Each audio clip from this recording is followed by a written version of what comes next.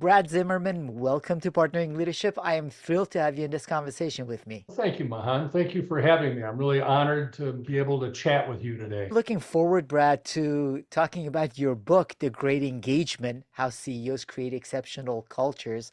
But before we get to that, would love to know a little bit about you, Brad. Whereabouts did you grow up and how did your upbringing impact who you've become? There's a big question. Um, I grew up in suburban Detroit at a time when suburban Detroit was exploding. We moved to Detroit in 1958, give you an idea of how old I am.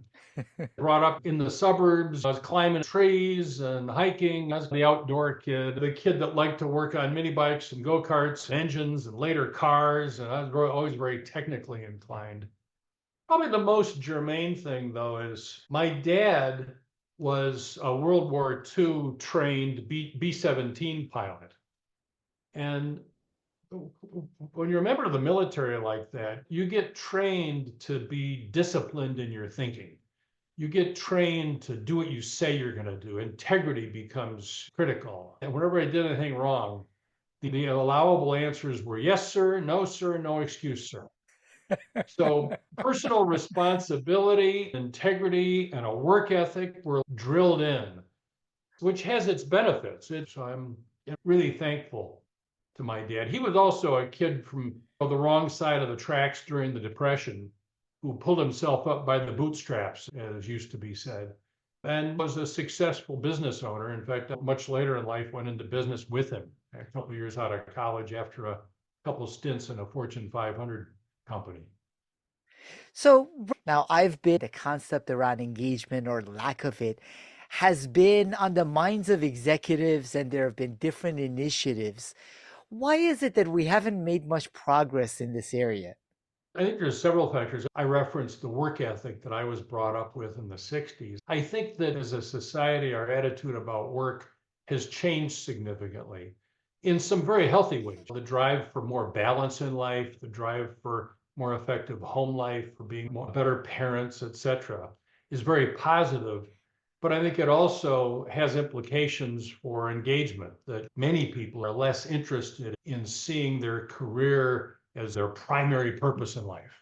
I think the other thing is, Mahan, that most attempts at engagement talk about broad systemic issues, but seldom do leaders really focus, or consultants like ourselves, help leaders really focus on how do you engage people individually? How do you get people as individuals to take on the purpose of their organization as their own?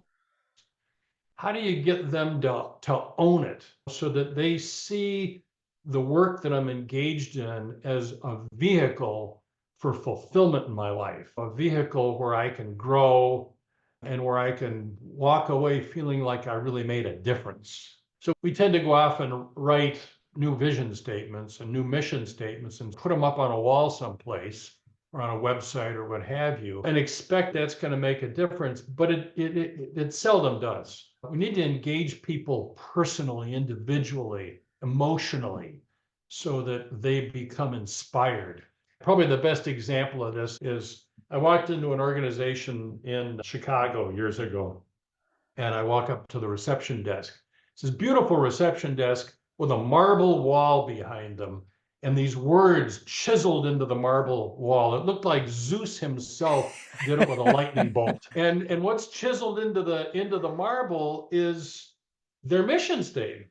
And it was a really good statement. And I looked and I said, wow, that's really well crafted. And the receptionist turns around, looks over her shoulder and looks up at it and says, oh, that's something the executives came up with a couple of months ago and they went off to some retreat. I don't know. And I thought, bang, there's it. They've invested all this money in marble and Zeus and the show of it, and yet the person that's right there has no sense of it animating her life at all.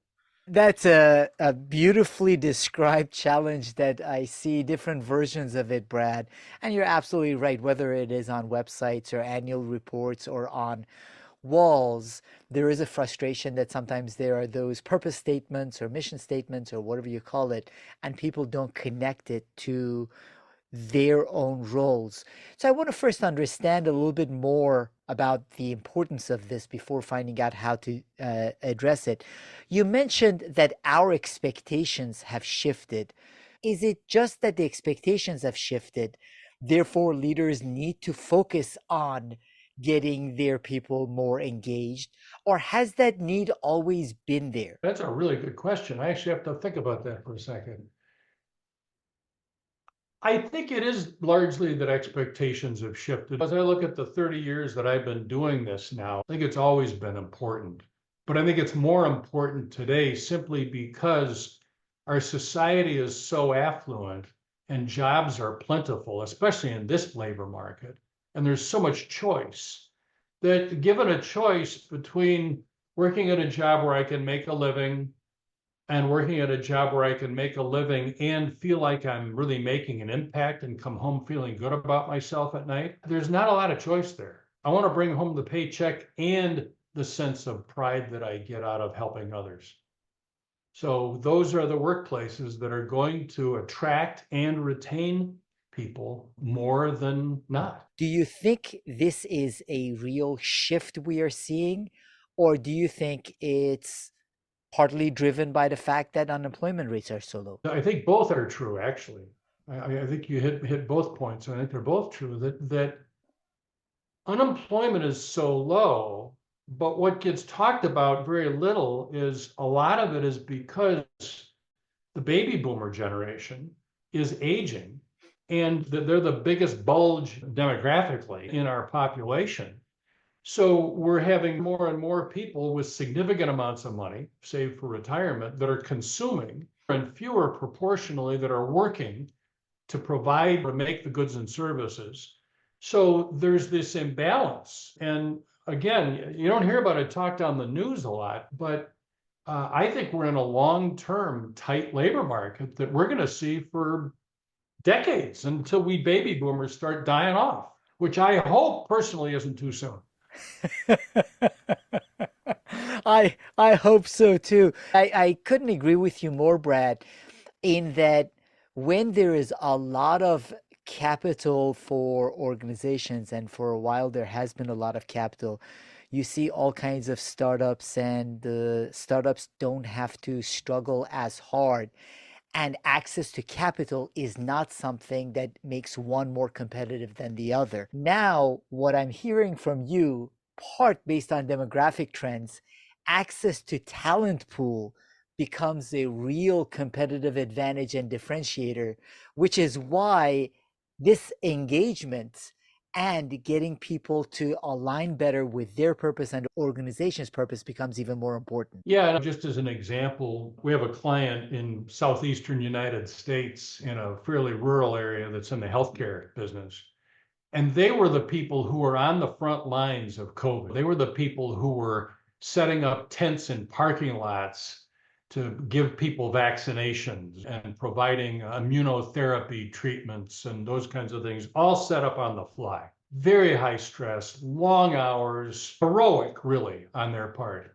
And they had done a lot of work building a culture that's rooted and focused on their purpose and making sure that people throughout the organization really saw that their job was to contribute to the vitality of their community, to the healthcare of those they served, particularly the underserved, et cetera. And even though they were on the front lines doing some of the most tiring, grueling work there was, they experienced very low turnover in those times. And it was because the esprit de corps that they had, the sense of pride they had in how they were serving their community was so high. It's like the Marines.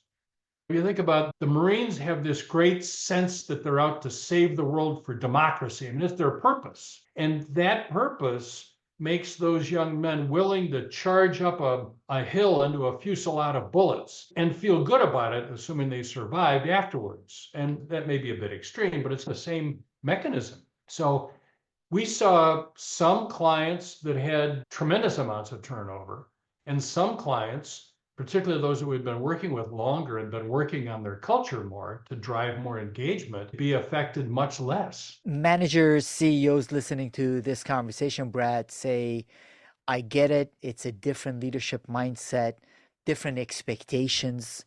So, where do I start? What do I need to do to be able to engage with that internal purpose of the individual and align it with the organization? The answer to that is big. So I'm going to kind of break it down and we'll take a look at, maybe some practical ways to go about that. Okay. In the opening section of the book, we talk about that engagement is the function of two primary things. The first one is if I as an individual am going to engage, I need to have an aspiration. I need to aspire to serve some purpose that's meaningful to me. So as a leader, your job is to think about how do I implant that aspiration in Brad? How do I get my people to aspire to contribute to those people that we're serving, both internally and externally? And then the second element of it is empowerment. Okay, I'm excited. I love this purpose. I'm here to improve the quality of healthcare of the people in our community so that it contributes to economic vitality and just a better quality of life. And I'm excited about that. Now you got to figure out how to help me take the handcuffs off, meaning, how do you empower me?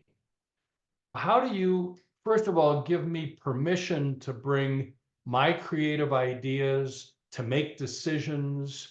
How do you help me to have the authority to feel like I'm able to bring my intellect and really make a difference? And some of that is a matter of getting management systems and structures out of the way. But some of it is also helping me, the employee, get myself out of the way. Because many of us are reticent to take the risk. We're afraid to take the risk to make a decision. So we delegate up. We go running to our boss. What should I do? What should I do? And on one hand, I feel like I might feel as a result, I really can't make any decisions. But on the other hand, it's self-imposed. So how do you coach people to get past that? How do you help people grow past that? So I said practical examples. For example, we just had a CEO roundtable session this morning, and one of the people at the CEO roundtable was a client we've been working with on and off for about 10 years. They run a healthcare organization with 32 primary care sites around one of the states in the Midwest. And the CEO is a doctor, and she's done an amazingly good job of everywhere she goes. She talks about her vision of contributing to the communities they serve, of improving the healthcare for the underserved. It's like her mantra. And everybody in the organization talks about it. It's why they do everything they do. And they've then drilled down into each department has their own mission that's part of that larger mission. She gave the example this morning, which I thought was great, was she said our transportation department sees their job as ensuring that people are treated with dignity and respect, and that we're contributing to people's self-esteem, and that we're here to provide them access to healthcare so that they can have rewarding, fulfilling, healthy lives. Now, if I'm driving, schlepping people around every day, and that's the purpose, that's the why that we all buy into, I'm going to behave entirely different. And it works. She gave the example of one of their drivers was delivering some office supplies to one of their sites. He pulled up in the parking lot, walked in the back door, and as he approaches the back door, there was a man standing there who appeared to be very confused, disoriented, couldn't really speak to this driver. So the driver took him by the hand and led him into the health center. And they talked to him, and they found out, they looked up his records, and they found out that he was autistic. He was nonverbal. They found out why he was there. I forget the exact story, but they were able to get him lined up with someone who could help him right away, all started by a guy who's there to deliver office supplies. What a beautiful example, Brad. You also mentioned something that really resonated with me as I was talking to a CEO last week, and he was frustrated in the fact that he feels he is doing a great job empowering his executives, but still finds people referring things back up through the CEO's office. And I found that to be interesting as I was reading your example, the Tiger Mohini. So would love for you to share that and then thoughts about how we can break out and how employees can break out of the patterns they have gotten used to. Mohini was a white tiger in, I believe, the Washington, D.C. zoo. And he was kept in a very small cage, and he'd pace back and forth in that cage. And then they took him out of the cage. But he kept pacing back and forth in a space that was the size of the cage and wouldn't leave that area because he was unconsciously convinced, if you will, that's all the space he could take up. It became habitual. And we can see that in a tiger and animals, but we frequently don't see it in us. We are creatures of habit. God has given us a great ability to relegate things that we learn to our unconscious mind. And then we just do it automatically. The simple examples of riding a bike or typing. If I said to you, give me the conscious understanding of how you ride a bike, I don't know about you, I'm a cyclist. I ride a lot. I couldn't tell you how I balance a bike, but I can do it. And I remember it. My unconscious mind like conjures the ability to do it in a half a second without any thought. The drives that drive our behavior are much the same. So I'm going to use your CEO example as an example because it's a great one. It's actually one that I myself used to complain about. Remember years ago in our coaching business, our office manager would come into my office and say, what should I do about this? And she did it, I don't know, 20 times a day, it seemed. And I remember I said to one of my coworkers, a fellow coach, this is driving me crazy. Can't she think on her own? And he said, whenever she comes in, because of your unconscious purpose, in other words, because you automatically tend to take charge, which I do, you automatically tend to take control, you automatically tend to make decisions. You're a good decision maker, which is a strategy. It's an unconscious strategy that works great until it doesn't. Because you keep giving her the answers, you're rewarding her. She doesn't want to take the risk of you criticizing her, which you do too. I'm like, ouch. So you're making the decisions and rewarding her. And also, when she makes a decision, you tend to second guess her and criticize her. And I went, oh, crap. I've actually trained her to come to me. And then I complain that she comes to me, and I'm not even aware I'm doing it. And when he pointed it out to me, I became, oh, yeah. Oh, and I won't say the expletive and deleted that I use next, but yeah, I'm asking for this. So I actually sat down with him and said, okay, so what can I do instead? How do I respond when this happens? And how do I begin to make this habitual so I don't automatically go to my unconscious purpose? We call it your default success strategy of just giving them the answers. What an outstanding example, Brad, for so many different reasons. First of all, I love your humility, sharing your own example and your own growth opportunity.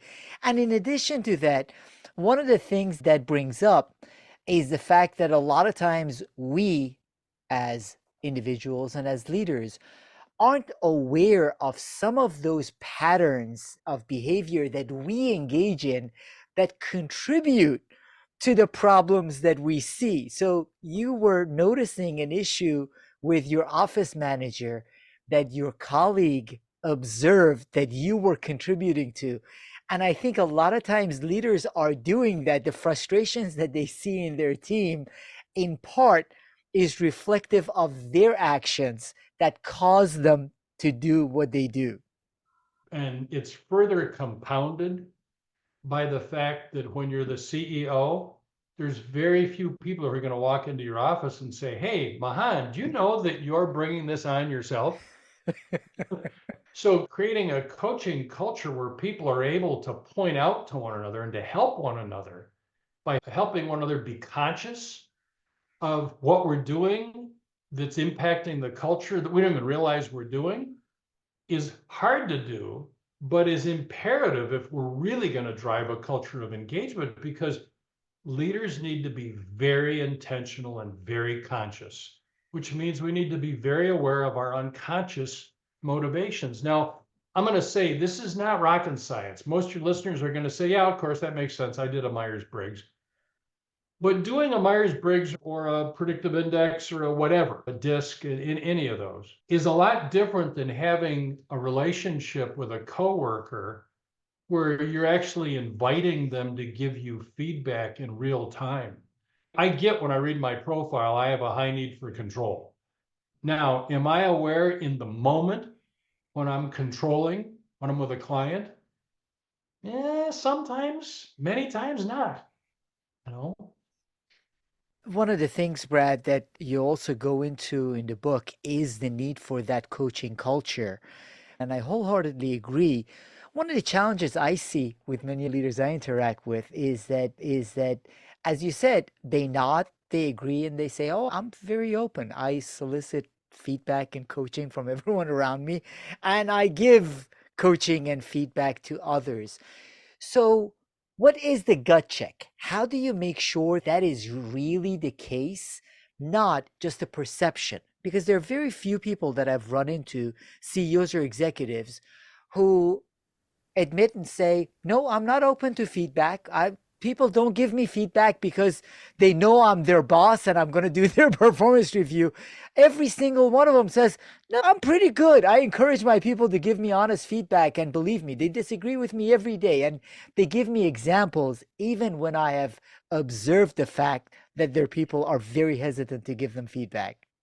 I look at myself as a kid who grew up in suburban Detroit and liked to hang out in the trees and work on engines and stuff. The nerd that I was. Clients see me as a 30-year-old veteran coach who's worked with over 10,000 people, and especially a lot of the younger people see me as an authority figure. That doesn't fit my image of myself. So now let's go back to the CEO. CEOs don't realize that they have this ginormous, it's not even a megaphone, it's like a ginormous howitzer that they walk around with, this big cannon on their shoulder that every other employee can see, but they can't see, and they're not aware it's there. So people are super reticent to give the boss feedback. I remember years ago, I was working with a client I've actually worked with for 20 years now. They've grown over tenfold over the period of time that we've been working together. And I believe it was the CFO I was talking to, and he was complaining about the CEO and about how the CEO wouldn't listen to him. And as we dug in and dug in, he realized that the CEO wouldn't listen to him because he's not really telling the CEO flat out what he wants to tell him. He wasn't really giving him feedback. And when I dug in and said, why not? He said, he's the CEO. I'm not, come on, what do you mean? I'm not going to do that. And I said, why not? I said, when was the last time you saw him fire somebody? And he thought a minute. And he said, we've been working together 10 years. Actually, I don't think I've ever seen him fire anybody. Oh, that's interesting. What have you seen him do that caused some negative effect to somebody? What's he done in the form of retribution? Gosh, I guess nothing, he says. And this light bulb went on that he was just operating like you don't challenge the boss because you don't challenge the boss. And I think that very few CEOs are aware of how powerful that unconscious force is. So you have to overcome the fact that you're standing there with a howitzer pointed at this person. The other thing is that whenever I hear someone say to me, oh, I'm very self-aware and I'm very open to coaching. Like way back when I was in the furniture business, when people used to say to me, oh, I have stellar credit. Oh, I know I got a credit problem here. People who are really self-aware are aware that they're really not aware. There's one thing I've learned, it's that I'm not aware of the effect I have on people, and I have to look at their faces as a mirror to see how am I across. And even then, I miss it a lot. So it's like this constant. Now, you said, how do they know? What's the acid test? I think if you're sitting down and intentionally inviting your people to give you coaching, if you're bringing your dilemmas to your people, your challenges, and genuinely asking for, what am I doing to contribute to this issue? How might I approach this differently? So that's the first thing, is you have to be really intentional about making an ask and about building a relationship where they feel safe to give you feedback. And then the question is, are you getting feedback that smarts a little bit? Are you getting feedback that you go, ooh, I don't like that? Because if you are, then yeah, you're probably pretty open. Now, I don't mean angry or feedback that's designed to be cutting. I had a client that once say to me, you got to take it easy on my people. And I said, what do you mean? This is 25 years ago. I said, what do you mean? She said, you're a steamroller. You're a little harsh with them. And I went, what do you mean harsh? What you're mentioning is one, that intentionality behind seeking it as opposed to assuming that's happening. So, in many instances, when I'm having conversations with CEOs and interacting with them, they assume that in their daily meetings, in their regular conversations, that's what's happening. What you're saying, and I tend to agree with you, is no, if you are opening up space and intentionally seeking it, that is a good sign. And if every once in a while you go, ooh, a little bit cringe with what you hear because it's different than your self perception, then that's also good. I also love the visual nature of if you're a CEO, executive, head of a division, when you're walking around, you have this howitzer on your shoulder that you don't see. And maybe it's not just because of their interactions with you, maybe it's because of their previous boss. But there's also responsibility on the other side. The same way Mohini was pacing only in the same square that Mohini had for so many years, we assume, as the CFO in your example did, that our CEO, our bosses are not open to feedback, wouldn't want it. So there is a mutuality in making sure there is a coaching culture in the organization. There's one essential element that doesn't get talked about a lot, at least in my experience. And that is that coaching is only coaching if it's asked for. If people aren't open and receptive to it, genuinely open and receptive to it, and literally asking for it, you can't give it to them. I can say, hey, Mahan, try this. And if you're not asking for it, if you don't see that this is an issue that you want to work on, you're going to politely nod and look at me and say, have a nice day, and walk away. And I had no impact on you at all. And especially if I'm the boss, nobody's going to coach me unless I really genuinely ask for it. So I have to set that tone with my team. I have to make that one of the cultural norms that we are open. One of the other things we talk about in the book is creating a transformational culture, a culture that's rooted in agape love, meaning our inherent desire to contribute to others, which is central to human beings, rather than out of our fear. And mostly human beings are motivated by fear. And we're afraid of the boss. We're afraid we might get fired. We're afraid we're going to screw up. We're afraid that we don't know what we're doing. There's the imposter syndrome, as gets talked about, that, oh boy, I'm not really capable and somebody's going to find out. So we behave in lots of ways to try to protect ourselves. And creating that kind of a culture where we're contributing to one another, we're contributing to one another's growth, we're doing what's best for one another so that we can better serve our customers. This isn't just some idealistic, let's all sing kumbaya and hold hands. This is what it takes to build a really effective organization. If I can give you an example, one of our clients is in the business of making self-driving vehicles. They're on the forefront of technology. And their purpose, as they see it, really isn't about technology. Their purpose is really about providing small-scale public transportation in cities in order to alleviate congestion, create more green space in cities, and improve the quality of life of the inhabitants of cities. And they get excited about it. And these are a bunch of very high-tech, really smart people that are very driven by that desire to contribute to other people. And they realize that they need to help one another be their best if they're going to accomplish that. So they've created this culture where, yeah, we have to coach each other if we're going to be the ones who are making that impact on our cities and improving the quality of life of the city spaces that we live in. That coaching culture that you talk about, Brad, both helps the individuals become better and the best versions of themselves, and the organization to become better and more aligned with that purpose. As you mentioned, it is not soft, it is actually hard. And it's hard hitting. Now, another thing that you mentioned in your book is a challenge a lot of times leaders have with accountability. And you talk.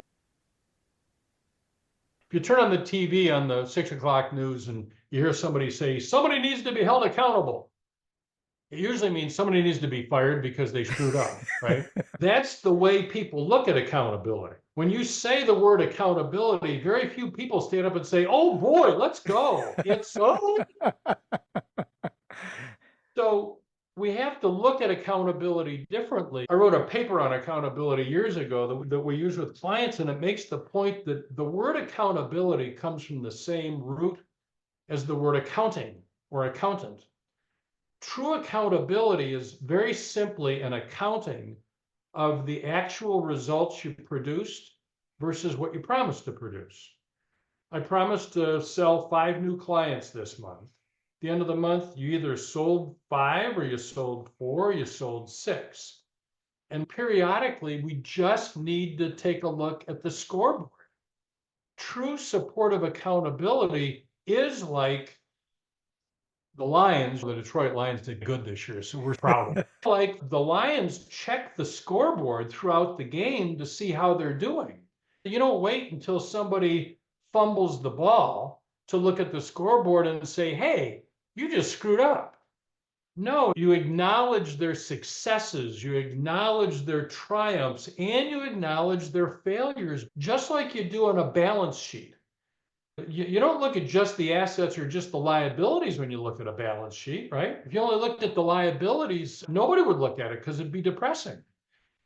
Accountability needs to happen with great frequency, first of all, at least monthly, but just to sit down and review, okay, here's what you said you'd do. You said you'd sell 5 new customers this month. How'd you do? You sold 4. That's the end of the accountability conversation. We've now done the accounting. And as an employee, if I know that we're going to have those conversations periodically, and that you as my manager are going to support me in hitting my goals, it actually motivates me. It's, oh boy, I got that meeting with Mahan tomorrow or next week. I better go out and see if I can close that last new client. So I got it in the bag before next week. It's a simplistic example, but actually a good one. So the accountability portion takes very little time. It can be a 10-minute meeting. What follows then is a coaching conversation, usually.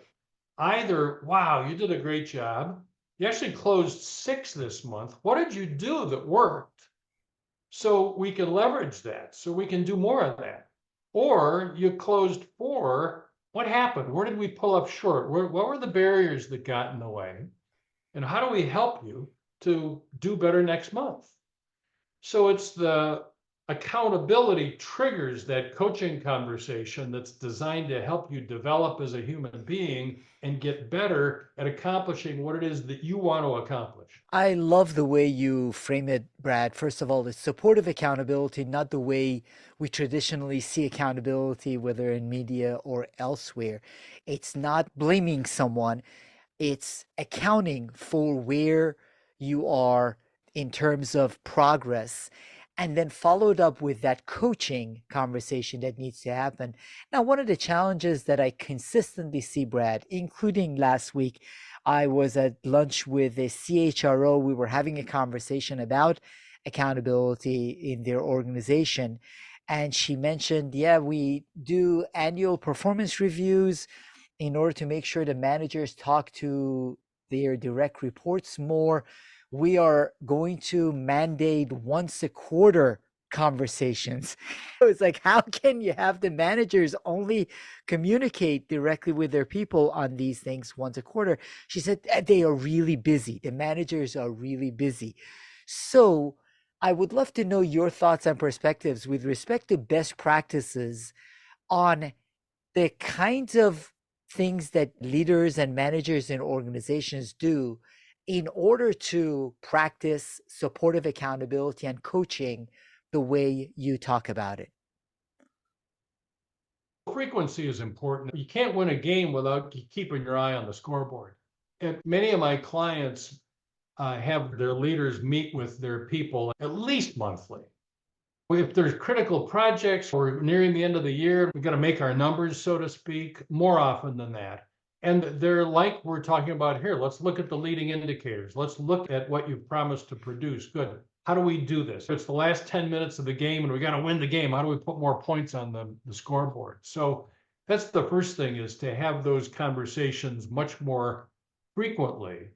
And unlike most performance reviews, which in most cases are demotivational because they focus on evaluating me as a human being, and I end up feeling like I've just been taken out and told why I'm not worthy. Now, that's nobody's intent, but this is the way they come off frequently.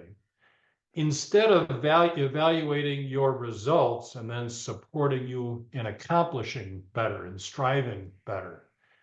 But all of this kind of points to your statement that my people are really busy. That's the bigger issue, that most of us got into leadership positions because we were really good at getting stuff done. So when we get into a management or a leadership position, we automatically look at our job is to get stuff done. So I get really busy getting stuff done. So I make sure I get my emails done and my reports in and all this administrative stuff. We become super doers rather than leaders. When we become a manager, our job is to grow other people. That's job one, is to grow your people. Now, when you have time left over, you do all that stuff. Now, a lot of people say, I got too much stuff to do. I can't. Job number one is to grow your people. It's like being a parent.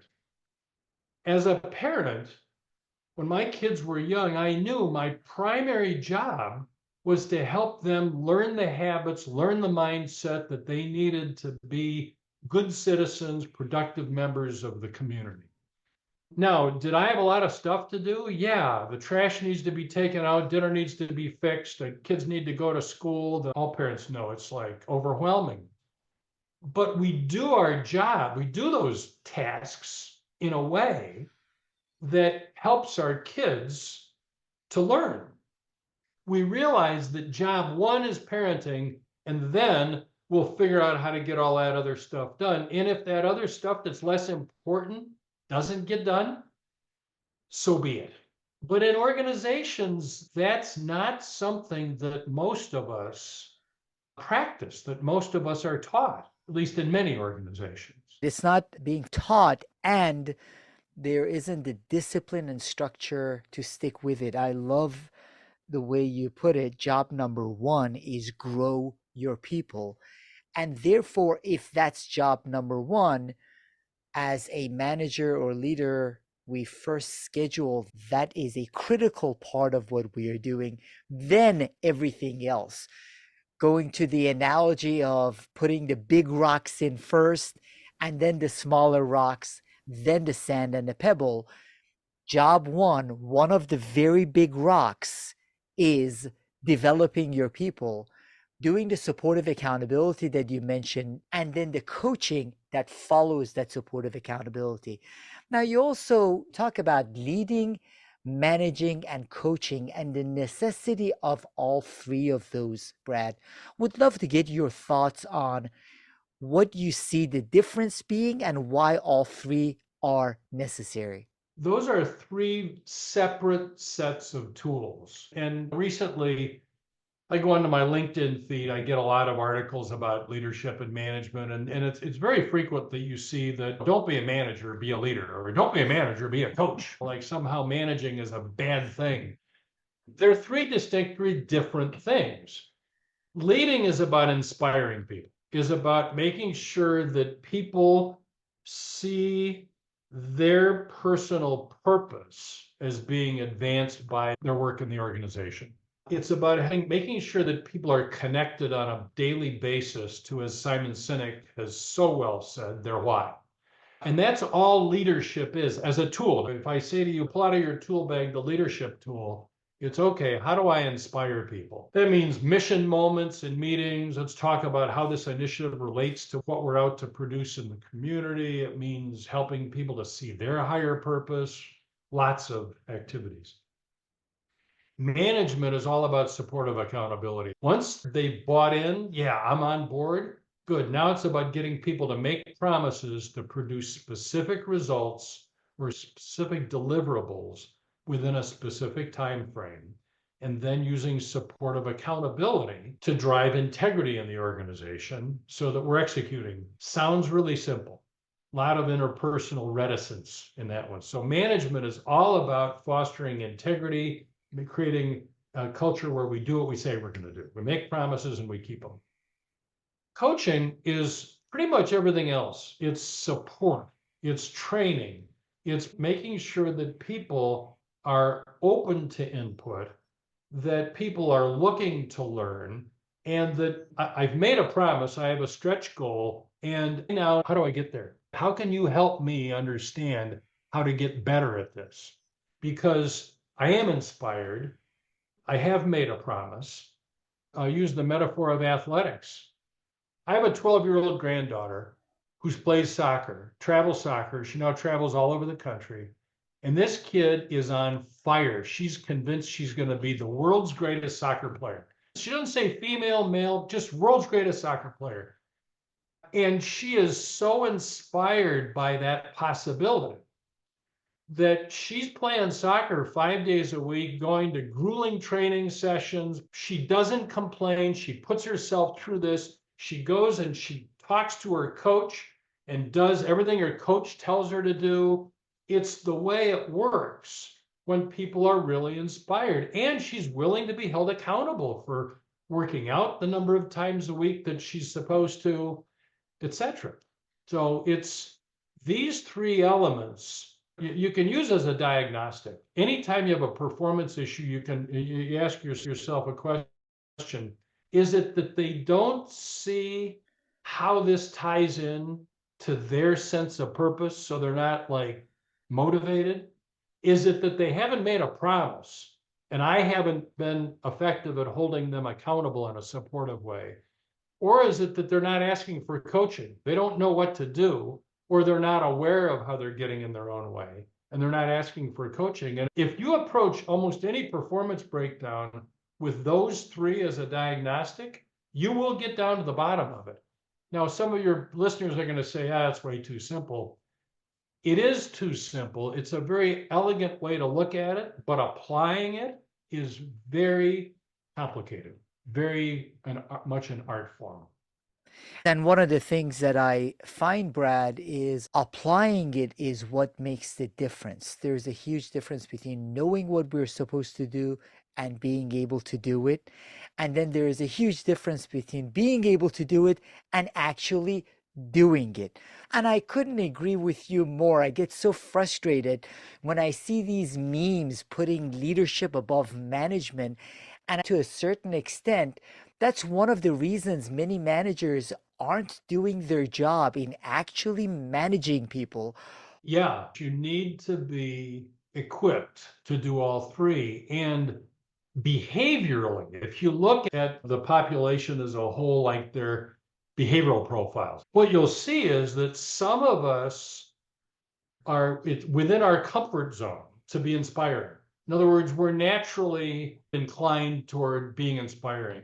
Some of us are really good at holding people accountable, although those of us who are good at that can sometimes suffer the hammer rather than the iron fist in a velvet glove that's supportive.